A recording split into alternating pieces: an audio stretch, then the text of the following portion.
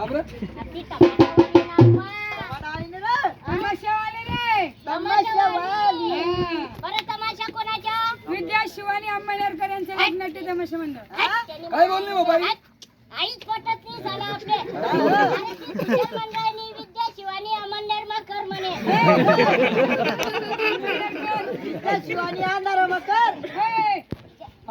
तुला बी कसं द्यायचं होतं आप्पा? अमळनेर कर म्हणजे अमळनेर नाही ती बाई. असं आहे का? हा.